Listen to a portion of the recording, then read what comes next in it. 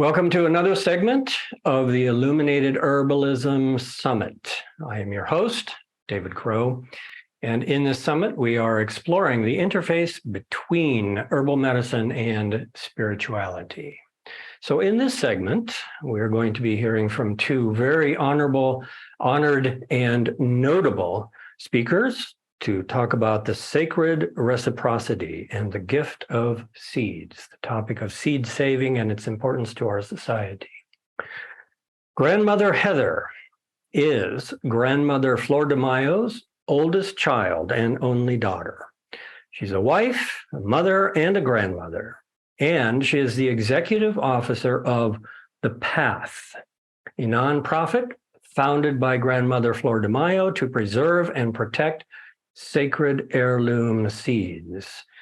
We are also being joined by LeeAnn Hill. LeeAnn was called to work with seeds through her interest in traditional agricultural practices and through her studies with traditional seed keepers. She carries this calling forward at The Path's Seed Temple, where seeds are conserved, shared, and honored to support future generations of life on Earth. And so Grandmother Heather and LeeAnn, welcome. Thank you. An honor to be here. Okay, so Heather, let's start with a little background, perhaps, if we could, because I am mentioning your mother, Grandmother Flor de Mayo, and I know that she has an extensive background and has contributed a lot as one of the founders of the Grandmother's Council and many other things, and actually the founder of The Path that you are going to be talking to us about. So I'm wondering if you could just give us a little background about your mother, who she is, so we can include her in this discussion as well. Absolutely. Thank you, David. I wanted to share my mother, Grandmother Flor de Mayo, is one of the founding members of the International Council of 13 Indigenous Grandmothers. Right now, there are 4 still living. They traveled the world with over 900 years of wisdom between them. And my mom was given a vision to create The Path. We're a 501c3 in little tiny Estancia, New Mexico. We have temples to honor the 4 sacred elements, but most importantly is the seed temple. And she had a vision of the importance of the heirloom seeds and how important and how people should be given a seed bundle at the time of birth and embrace heirloom seeds. Because once they're gone, they're gone. So we have a seed temple, and LeeAnn helps us with the seed keeping and bringing all her knowledge. We gift them. We allow people to store their seeds there for the future generations, and they're from all over the world. So thank you for including my mom in this conversation. Yes, beautiful. Okay, well, I see right away we have a lot of integration between plants and spirituality, just with that term seed temple.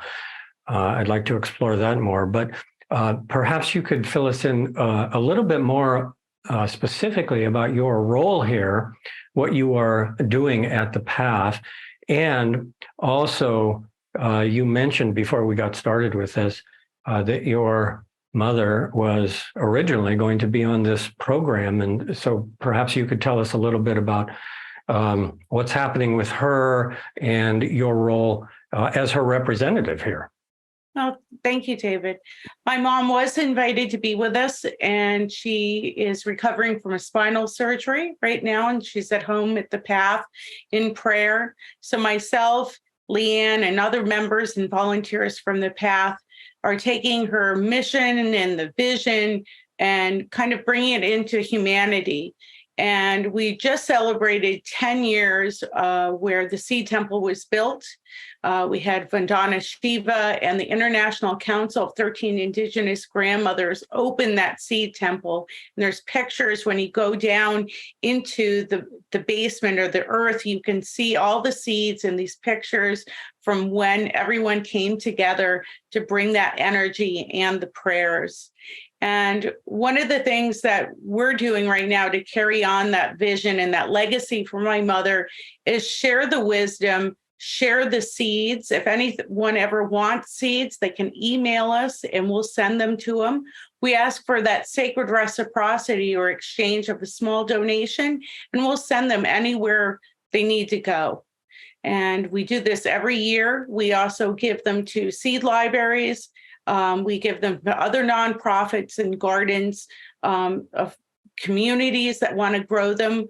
We sent them last year to a large community over in Naalehu in the Big Island of Hawaii, where they were able to feed up to 70 people every day throughout, I think it was almost 4 or 6 months. So they grew seeds that they didn't have, and it helped their community, which is, predominantly poor. And so thank you.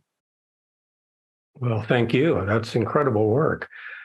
So let's bring this into the general context of the illuminated herbalism discussion, which of course is very broad. It is basically just the exploration of the spirituality of plants, really, or how plants support our spiritual practices. So the very simple definition that I have been using now for some time for this term, illuminated herbalism, is simply that we are using plants in a spiritual way.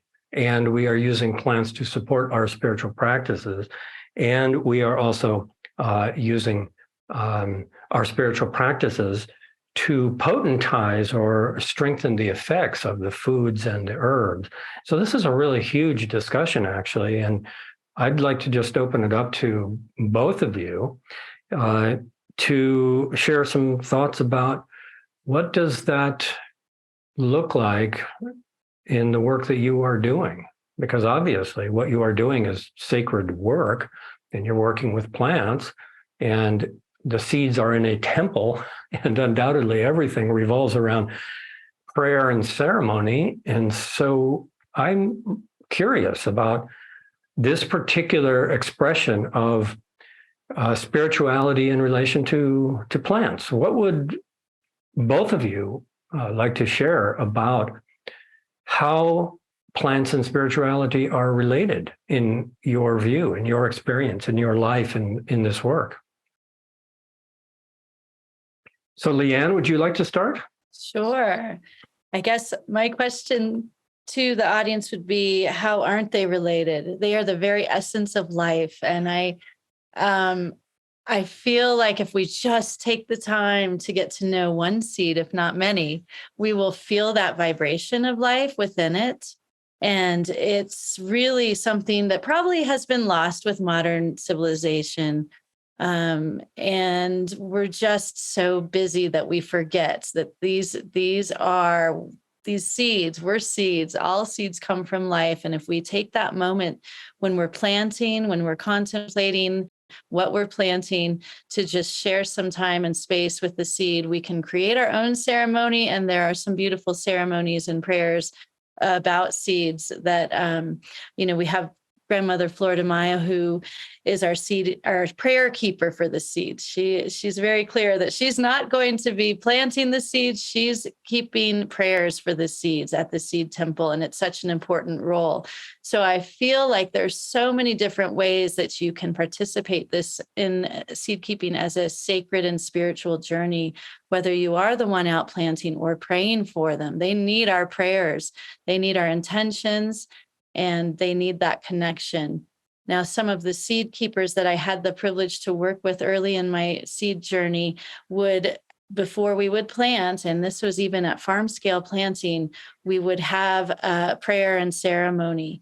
And it was really based on the traditions that they brought forward. And so that's why I say we can, I feel comfortable if we feel like we need to create our own because we're not in touch with our ancestral lineage around seeds, then there's a place for that because we all have that lineage. It's somewhere back there. We've all been very close with seeds through plant medicine, food, you name it. because everything's a seed, right? But if we're not in touch with that direct lineage, then we can either find seed keepers and prayer keepers that are, or we can create our own ceremony, which is what I've done at my farm. And I feel like just that intention and time with the seed brings forth that real sacred connection. Beautiful. And why is that connection sacred? And why is it important to have that sacred connection? Just back to everything starts from a seed, and the seeds have the essence of life.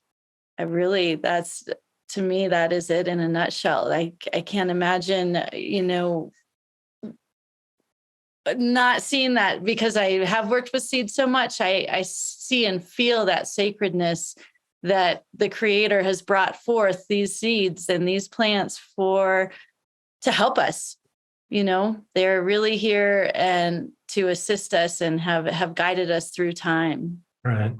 So it's really acknowledging the gifts that we've been given of life. And if we don't acknowledge them, then maybe we're not going to have them pretty soon. So it's really for our own well-being that we recognize that sacredness. Would you agree with that? Absolutely. Okay, nice. Heather, your thoughts on this larger question? I think of my mom, something that she shared, and it came from my grandmother. And it was really about bringing light forth, and that the seeds are that light energy, that life force. And when she is connecting and praying with them, or even when we're eating like an heirloom seed or something that somebody loved growing, that you can really taste the love and the light. And it just nourishes our body, which is the most important temple that we have to honor and keep sacred, that we really should be carrying about what we're growing, what we're eating, where it's coming from. And it all comes down to that seed. And I think that when you see her just collect the seeds in the fall, when we have the fall harvest, she's just illuminated. And so are all the seed keepers. And it's so sweet to go down there and see the seed temple, because you could just feel the love of all the people and the communities that grew those seeds. Nice. Wonderful. So you used a term earlier, prayer keeper. Okay. LeeAnn, I believe that you first put that term out, prayer keeper. And that caught my attention. What exactly does a prayer keeper do? And what is the difference between a prayer keeper and a seed keeper? And I'm assuming that if all of you are participating in these ceremonies and you are saying prayers in your own work, that you are also a prayer keeper in your own way. But you made the distinction that Grandmother Flor de Mayo is a prayer keeper. So what exactly does that mean more? I may ask Heather to answer that. When my mom says she's a prayer keeper, or the prayer keeper for the seeds, she sees her role as setting that intention, that sacred container, sharing the wisdom, whether it's coming to the Shift Network or coming to our courses, to really hopefully spread that love, the light, the intention of that anyone can grow something, whether it's a small little seed, whether it's a big garden, or going into the grains, that we all have that ability to grow. And if we can't, we can send out the prayers into the 4 directions, and prayers for Mother Earth and the sacredness of those seeds, and the 4 sacred elements. So, it's just magnificent. I think Stephen from the Shift Network refers to my mom as the grandmother of prayer. And that's what she sees her role in, kind of imprinting those prayers into the seeds that people will grow in the 4 directions. Mm-hmm. Beautiful. And from your understanding, what are some of the subtle dimensions to what happens in the relationship between people and plants? I've heard a number of different explanations from different cultures, and they're all somewhat different. But what exactly happens between the sound of the voice, for example, and the intention of the mind and the intelligence inside the seed? What are we actually doing, or what is actually happening if we do that? Because I think that there's abundant evidence historically in cultures, and also science is now getting around to proving that, oh yeah, prayer does something. But I'm just curious, in your experience, what is actually happening with the human voice, with the feelings of gratitude, with the aspects of the ritual, and the intelligence inside the seed that then later manifests in visible forms of healthier plants and more delicious food and plants that have stronger immunity and all these things that people have known forever. What is either your understanding or some of your experiences with this particular process, just to help people understand a little bit more about how profound it is when we talk to seeds?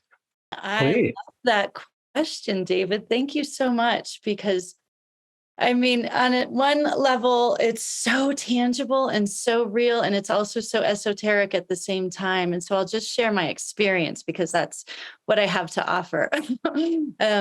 I think it's that vibration, and I think it's very much like being, a mother who sings to the child in her womb. I sing to the plants because my teachers sang to the plants, and it just came very naturally when I had my first field of corn. And at first, the song came before the recognition or the thought of it. The song came first.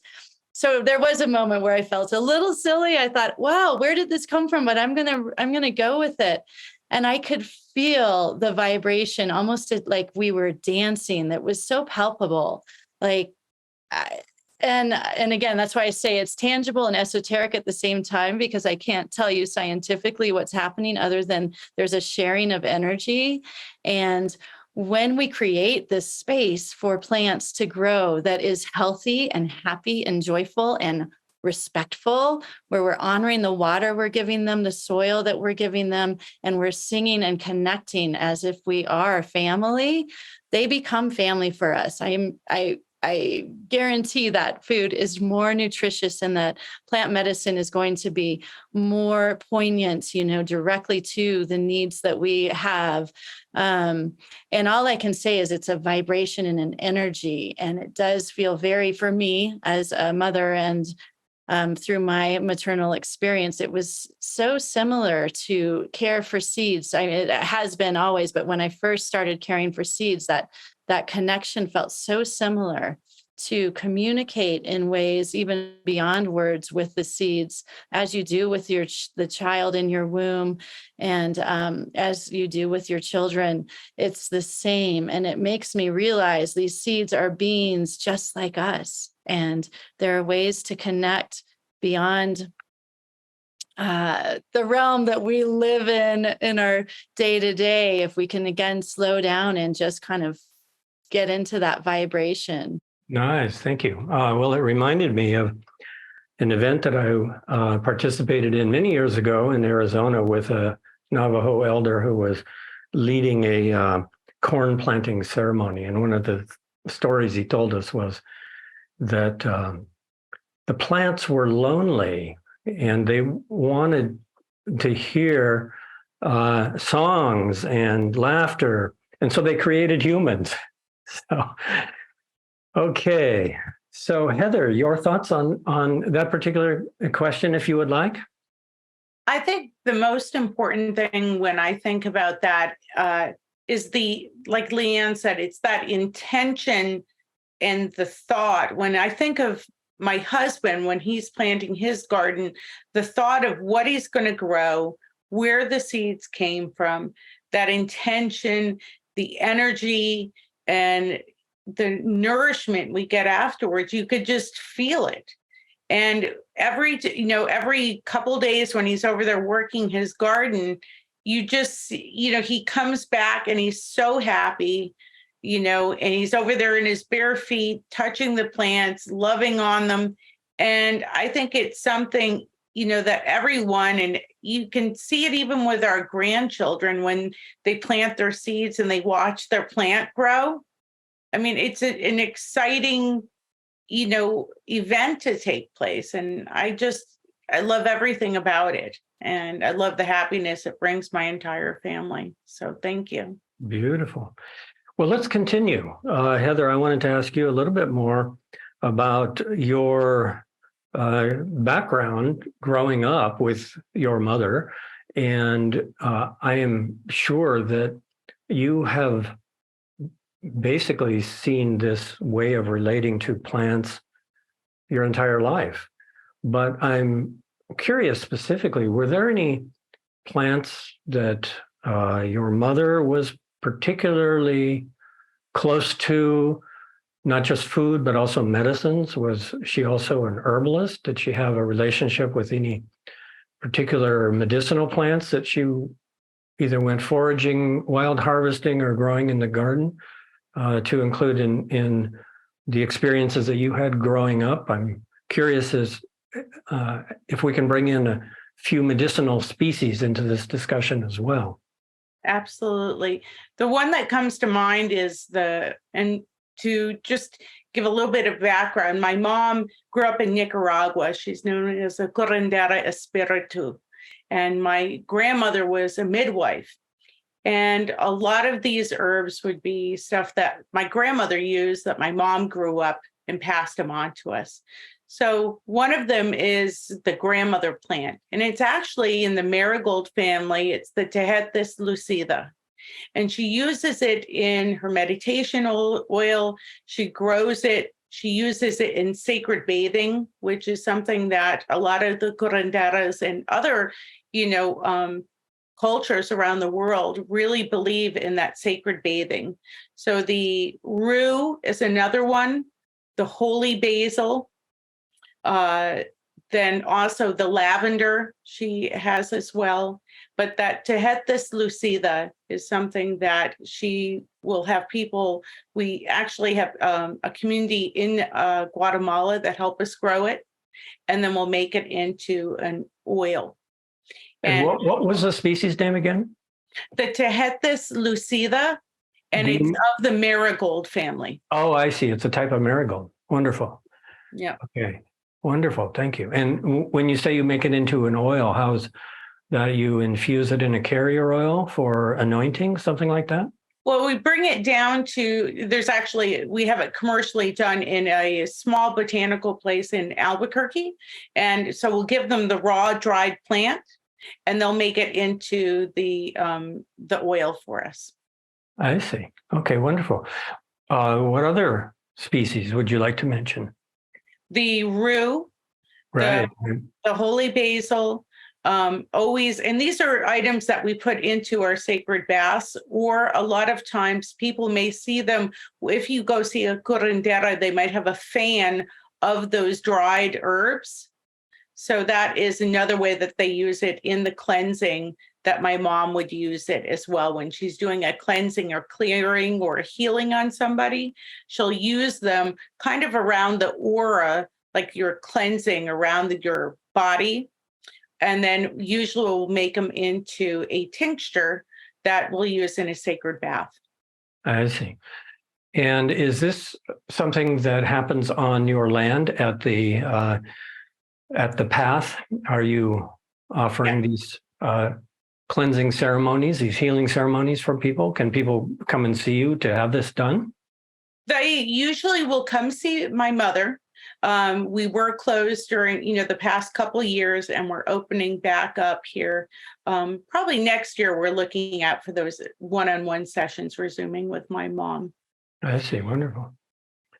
Okay, so there is a seed temple, and you mentioned at the beginning a few other temples that are there. How is this actually set up so that we can kind of visualize it? What are these temples? How is this land built out?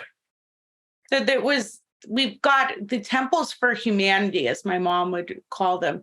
We've got the wind temple, which honors the sacred, air We have the fire temple, honoring fire. We also have the Temple of the Golden Child, which was another vision where my mom was given. And on there and on the altar, you'll see these little seed bundles that my mom puts, and they have the three sisters, the corn, the bean, and the squash. And she says it with a little prayer, and they're on the altar in the Temple of the Golden Child. We have the seed temple as well. And then we have the water temple, which has this beautiful grandmother rock with the water flowing. And when my mom brought these rocks to the land, then all of a sudden, these little tiny endangered Rio Grande chirping frogs came out from the desert. And every year they return. And it's just a magnificent, it's beautiful. And then it's surrounded by a water wheel, which my mom's friend came over and did, Marshall Jack. So it's a beautiful, so we honor all the sacred elements, and you can go visit the seed temple, and we do a lot of teachings, and we do usually a spring open house, and we do a fall where we're doing the seed collecting. And LeeAnn could share a little bit more about that as well. Yeah, beautiful. Well, if the endangered chirping frogs come back and hang out there, then we know that there's some kind of power and magic that's happening. So wonderful, wonderful. Okay, let's talk about some of the challenges with this work, besides the obvious, which is helping humanity get back on track. But I am curious specifically about current events, because you are there in the Southwest, and it appears that the climate bomb has gone off. So what is happening, I'm curious, on a practical level in terms of climate change and how this is affecting your seed saving, number one, but on a deeper kind of spiritual level, how the two of you view what's happening with climate change and its local impact on the plants and on your lives and on your health and the health of everybody in the Southwest. So either one of you. Well, I'll jump in a little bit on the side of the seeds. And there's so much discussion now on epigenetics, how the seeds are adapting to the environment around us. And I couldn't agree more. Like saving seeds year after year and bringing forward that intelligence of the seeds, it's already in there. I mean, there are thousands of years of experiences and climate adaptations in a seed. I mean, it's pretty remarkable to think about it. And what brings that forward are the environmental conditions. So although we're experiencing a climate that we've never known and an erratic climate, I know we don't even need to get into it all. We all know what's going on with all of these events. The seeds actually know it already. And so if we can steward them in a way, again, that is respectful and honorable, where we can let them, in a way they need to experience what is happening. And that's the beauty of a living seed bank versus just keeping them stored away for future generations. If we can continue to grow them out and bring forth that intelligence, that inherent wisdom that they have, we really will be better suited for the future. And that's something that we do at the Seed Temple. We have them both conserved. It's a conservatory. And each year we bring them out and share them in the spring around Beltane. We offer them to people to grow if they would like to send some back, so we can keep rotating and sharing that seed stock.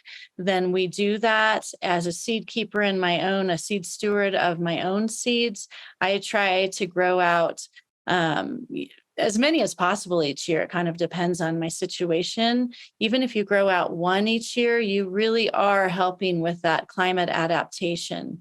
So the epigenetics, what's exciting about it is that they are scientifically proving that this is a real thing, but people have known this for always. As long as people have been connected to seeds, they've known that seeds have this wisdom.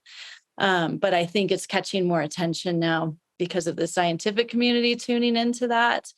I feel the pressures that we're feeling are I try to stay on the positive side with the seeds because I believe that the seeds can save us in many ways. And I mean that. I think they have, and that they will continue to provide medicine and food as long as we can provide a space for them to do that. And there are so many factors at play right now, but I still believe in the seed and the very essence of it. And the essence is that it wants to care for the planet, that's why they are here. And so I have great faith in the seed. Humanity, well, I have faith in us, and I believe that we need to really wake up and take care of the seeds and one another and take care of this beautiful planet that we've been gifted. Beautiful. Very profound answer. Thank you. And also, it answered the deeper existential question about what do we do? How do we respond? I think that you have given some very profound guidance that is practical and spiritual, that the answer is the plants, that the answer is nature's intelligence, and to get behind that. And I believe that this is a fundamental understanding to deal with the kinds of mental health issues that are becoming pandemic as nature is destroyed. I think that, restoration of nature, preservation of nature is how we protect our mind collectively as well. So thank you for articulating that. So Heather, your thoughts on this subject? I would agree with LeeAnn. I think that when we look at that collective and that tiny seed, it really is a living library, and it connects us to the ancestors and our future generations, and honoring that and taking the time to do something, or each day we have the power to, whether it's growing a garden, saving a seed, or just making an impact with our own decisions, I think is vital. Where we buy our food, are we buying it from a local farmer? Are we using medicines that we grow to help us? Are we sharing this wisdom from the people that are talking about this? And these are all things that we can do that I think help, with that intention to create a better environment. And, staying on that track of positivity and in prayer and intention. And if you can't grow a garden, grow a seed, you can spread the word of people like yourself, David, or LeeAnn, or those people that are doing the work. Beautiful. Excellent. Okay, LeeAnn, I know that you had a contemplative practice, a prayer, a way to connect with seeds that you wanted to share as part of this presentation. So I will turn it over to you to do that. Well, thank you. I appreciate that. And I so appreciate this conversation and time together. This is really a seed to seed meditation, and just a way to really feel what we've been talking about, feel the vibration of a seed that's in your life, that's maybe calling to you and not in your life yet. Bring it into your life right now. Bring it into your whole spiritual being, because as I think I've been impressing, I think that we're not disconnected. We're very much connected. So I will ask everyone to think about a plant. It could be a medicine plant. It could be a food plant, a beautiful flower, anything that's calling to you. It's all plant medicine, isn't it? How we nourish ourselves in all these ways, our mental health, our physical health. So let's take a breath together, close our eyes, and envision a plant that is really calling to us right now. And think about the seed of that plant. And even if you don't know what that seed looks like, that's okay. The plant doesn't mind. Just think about the plant, think about the seed, and hold that seed in your hand. Maybe it's a tiny seed, maybe it's a big seed. Maybe that seed is an idea. Just hold it and hold it gently and with reverence and with love and care. And now start to feel that vibration that we've been talking about. These are living, breathing embryos. They are life. So feel that vibration. You can feel it in your hand and it expands actually. You can feel it flowing into your very body, into your veins. Just feel it. Some seed keepers even put seeds in their mouths to really feel that connection, that vibration.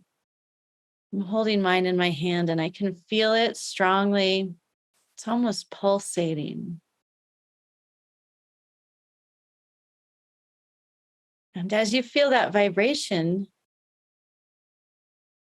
feel yourself becoming that plant just for a moment. Let's visualize being that plant, being one. And we're not just the seed now. We've broken through the seed coat and we're expanding upward through the soil, this very healthy soil that we've created for this seed to grow. And we are expanding now into the daylight or maybe into the moonlight, depending what kind of seed you are and when you want to come forth. Coming forth from that dark, nurturing womb into the world. And just imagine this plant medicine, whatever it is, if it's making if it's nourishing you as a food, just feel that energy of what it brings to you. If it's nourishing a particular ailment that you have, just feel that. Is it the roots, the leaves, the flower? What is calling to you? Maybe the whole plant itself. And just breathe with that vibration. Feel it doing its work. Feel that plant medicine. And as you're growing, you're starting to flower. That's how plants set seed. They flower. So the flowers aren't always showy, or they don't have to be. They might be. Can also be very subtle, but you're starting to flower. You're really feeling the whole cycle of your being. Because as they flower, they start to set seeds. And they're taking all of that vital energy from the beginning and they're putting it back into this seed. There's not just one seed now.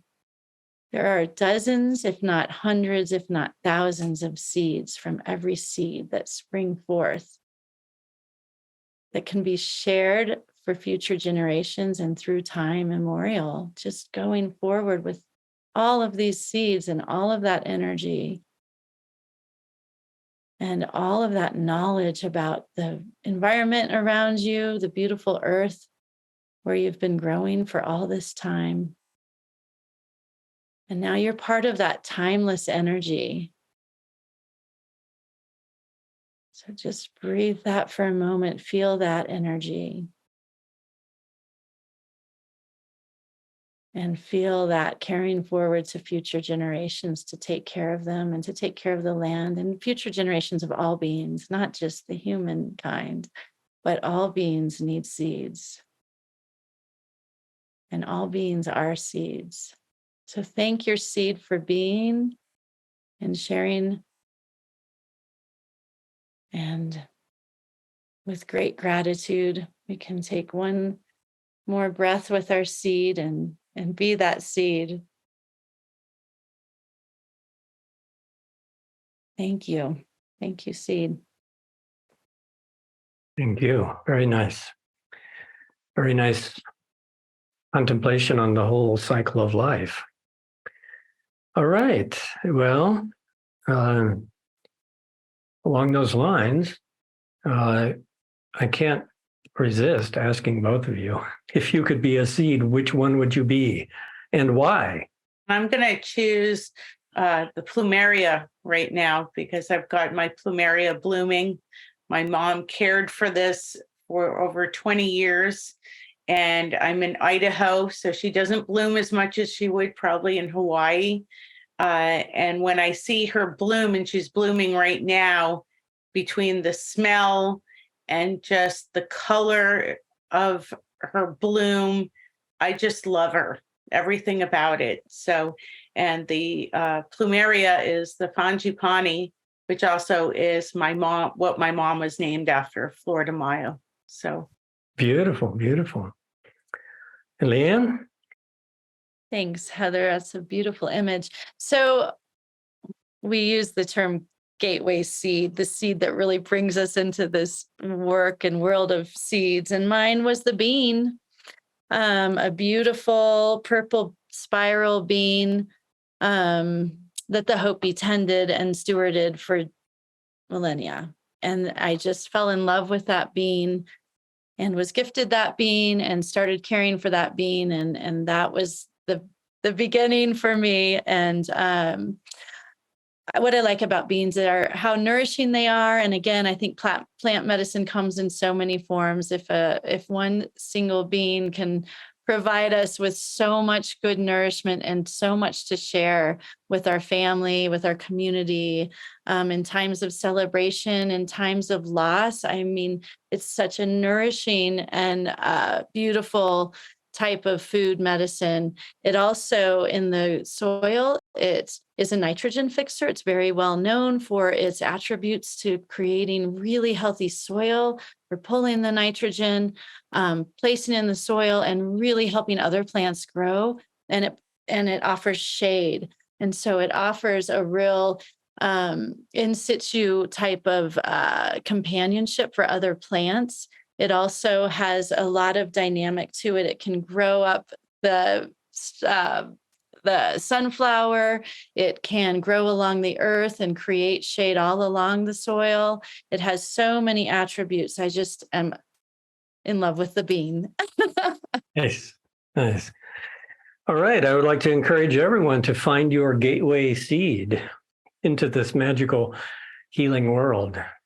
So thank you both. And I would like to let everybody know how they can find you and your good work, because I know that after watching this, a lot of people are going to want to know more about you both and about Grandmother Flor de Mayo and about the path and about the work you're doing and maybe even come and see you. So for those of you who would like a little more information and contacts, then you can find out about Grandmother Heather and LeeAnn Hill and about Grandmother Flor de Mayo at followthegoldenpath.org, just like it sounds, followthegoldenpath.org, and also loveandlightllc.net. So that is loveandlightllc.net. And that is where you can find both Heather and LeeAnn and about Grandmother Flor de Mayo. So, Heather and LeeAnn, from all of us, thank you so much for this wonderful, very heartfelt presentation, rich in wisdom and knowledge and experience. And from me personally, thank you so much for the incredibly valuable work that you are doing that becomes more and more valuable and more precious and important for all of humanity and the earth every day. So thank you. David, thank you. What a pleasure. Thank you, David. And to all of you who have joined us in this segment, thank you for joining us, and join us in another segment of the Illuminated Herbalism Summit.